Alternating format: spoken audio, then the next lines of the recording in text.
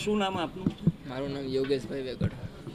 યોગેશભાઈ, સમગ્ર ઘટના અંગે આપ હજી મૃતદેહ કેદારનો સ્વીકારવા તૈયાર નથી. શું માંગ છે આપની? મારો છોકરો 24 કલાકથી ગટરમાં હતો, બરાબર, ખુલ્લી ગટરમાં પડી ગયેલો આ મ્યુનિસિપાલિટીની બેદરકારીને લીધે. 24 કલાક પછી એની ડેડ બોડી લઈને અમે સ્મીમેરમાં આવ્યા છે ને હવે અમે ફરિયાદ કરવા માગીએ છીએ મેયરશ્રી ઉપર, સ્થાનિક કોર્પોરેટર ઉપર અને ઝોનલ ઓફિસર ઉપર.